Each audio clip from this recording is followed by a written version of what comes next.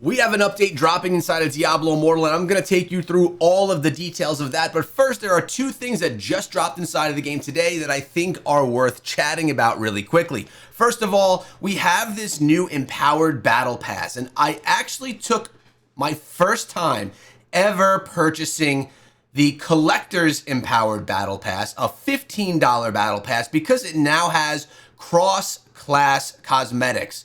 On top of that, you get bumped 15 levels just from the initial purchase. As you can see right here, you're collecting whatever this Battle Pass cosmetic is on all of your classes. On top of that, you have the ability here to unlock some of these older cosmetics like the Plague Reaper, which is one of my favorites of all time. I would love to unlock this one, but it's not 100% clear on how you actually unlock these ones because there's no like quick unlock this here type thing. There's nothing like that allows you to quickly dive into it.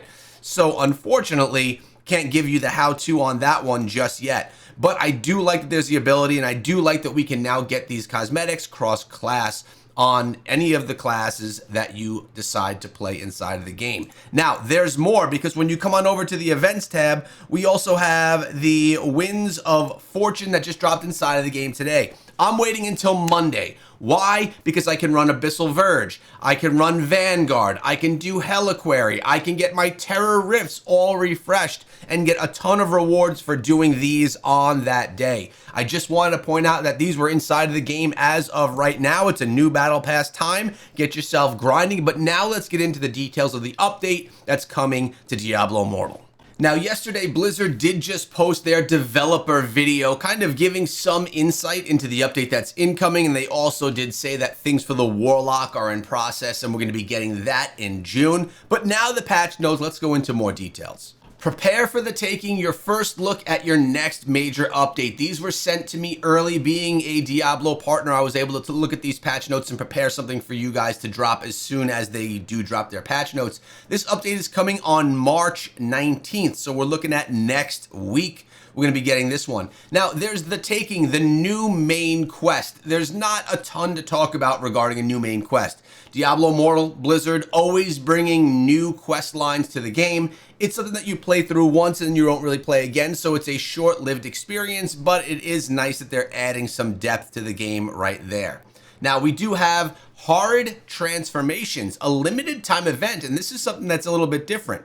Horrid Transformations is a 1-month limited time event taking place from the 19th through April 16th that temporarily empowers selected zone bosses. These changes aren't permanent and not standard zone event updates. Once the event ends, all affected encounters will return to their original form. So, what does this actually mean? Basically, when you're going against those zone events, those are going to be modified in some way. Let's read more. Enhanced zone bosses. During the event, 2 world bosses will undergo horrid transformations during their active windows. The Haunted Carriage that happens in Ashwalt Cemetery becomes the Horrid Haunted Carriage, led by the Horrid Tax Collector. Ancient Nightmare in Night's Vein becomes the Horrid Ancient Nightmare. While transformed, these bosses are significantly more dangerous, boasting increased health, new attack mechanics, and heightened aggression. We can assume that we're probably going to get some enhanced rewards for beating them as well. The new boss mechanics, the Tax Collector summons minions to tether to the boss and restore health while active, and the Ancient Nightmare splits into multiple clones that must be defeated simultaneously to end the encounter. Spawn timing, enhanced. Each boss will spawn every 2 hours, so we're going to be able to get those activities happening more often than they typically do inside of the game. Haunted Carriage enhancements 19th through 26th of the March, April 2nd through April 9th, and Ancient Nightmare March 26th through April 2nd, and April 9th through April 16th.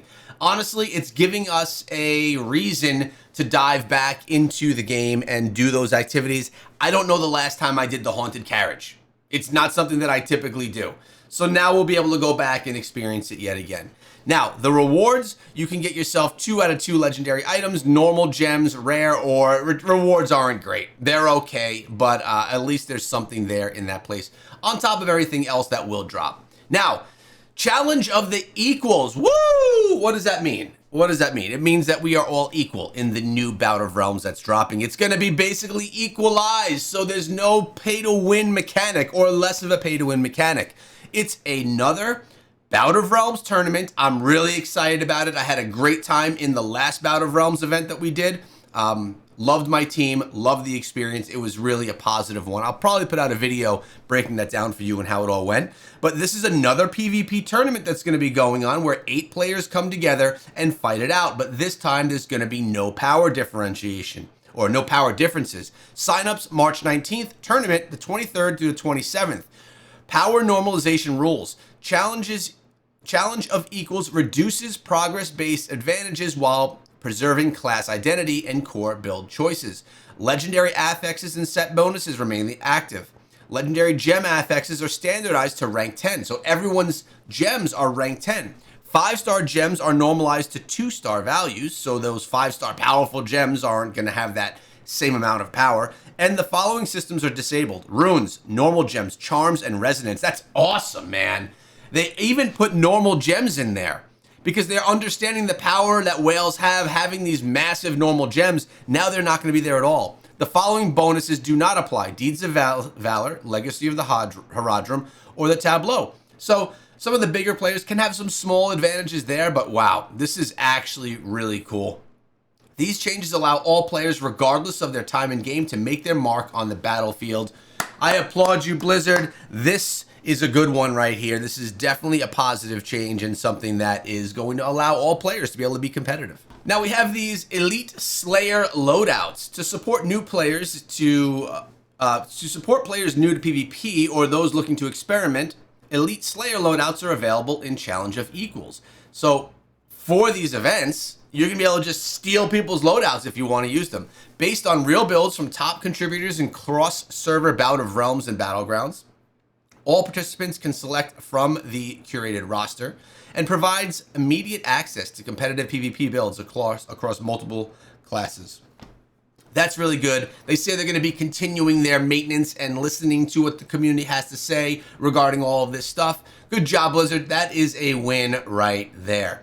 We got a new Battlegrounds seasonal update coming. A shift is coming to Battlegrounds. Let's read through this one. In April 2026, Diablo Immortal's Battleground will undergo their first major season refresh, reimagining the flow, spectacle, and emotional arc of PvP combat across both classic and convoy maps. This update introduces new visual themes alongside gameplay rhythm adjustments designed to heighten tension, reinforce player impact, and deepen immersion in the world of Sanctuary. At its core, the seasonal update is about escalation. Battles will evolve from the chaos into triumph, with every phase of combat feeding naturally into the next. Victory will no longer feel isolated or abstract. Instead, momentum will be visible, immediate, and shared across the battlefield. They did a nice job making that sound exciting. Let's see what actually is going to change. From chaos to triumph. The update introduces multi-phase battlefield experience built around 3 guiding principles. Player impact. Victory must feel tangible, creating a clear and empowering shift in battlefield momentum. Clear connection. The transition from defeating a major threat to gaining its reward must be immediate and intuitive. And low friction. Players remain fully immersed in combat without interruptions, resets, or breaks in flow. Together, these pillars ensure that every decisive moment pushes the battlefield forward rather than pulling players out of it. All right, this sounds good. It sounds like they're just trying to make it an overall better experience for all players while implementing a few changes here and there. The escalation. As the match unfolds, Battleground begins to destabilize. The presence of the greater demon bleeds into the environment. Distant roars echo across the field, and ground fractures and waves. The ground fractures and waves of lesser demons spill forth. What the heck are we talking? What the heck are they talking about right here? The greater demon eventually joins the battlefield, warping terrain around its arrival, and demanding the attention of every combatant. The movement serves as a shared high-intense objective, one that reshapes the fight and tests the team's ability to coordinate. All right, so now a big boss essentially is going to be spawning in that we have to fight inside of the battlefield. Reward without interruption. Upon its fall, the demon leaves behind the Corvus Spirit Totem, an ancient relic binding the spirits of fallen Nephilim. Players decide when to activate the totem, preserving tactical agency while maintaining combat flow. When unleashed, the Corvus Spirit Totem frees these bound spirits, summoning powerful Nephilim allies directed into the battlefield. These allies provide both mechanical support through buffs and attacks. That period should not be there. All right. New legendary gem. So I think that the Battleground changes are cool. They have to continuously refresh it to keep people interested. We have the Leviathan tome. You guys know Leviathan, right? Leviathan used to be an old Diablo content creator. He now works at Blizzard. Did they name that gem after him? That's pretty cool. How does this thing work? Dealing damage grants you abyssal depths for 6 seconds, increasing your damage done and causing your critical hits to grant a compounding pressure for 1 second, increasing crushing depths effectiveness. Additionally, you deal increased damage to enemies suffering from harmful effects.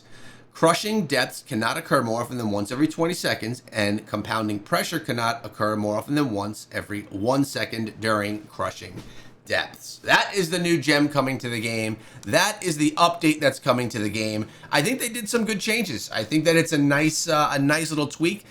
Very, very focused on PvP. I mean, new quest, cool. New limited time events, changing up those bosses, making them more difficult, cool. We got the new Battlegrounds experience. Oh, the new Bout of Realms, which is free to play, player friendly, and the new Battlegrounds experience. And the new gem. That's what's coming to Diablo Immortal. I'm excited for it. March 19th, this drops. I'll probably do a live stream on that day here on the Echo Gaming channel, because remember, guys, this is the channel where all of my Diablo content will be living going forward. Please tell all of your clanmates, all of your friends, so that they know not to go on over to the old Diablo channel. That will no longer have Diablo content. It is all going to live here. I'm looking forward to the update. Hope you are as well. See you in the next one.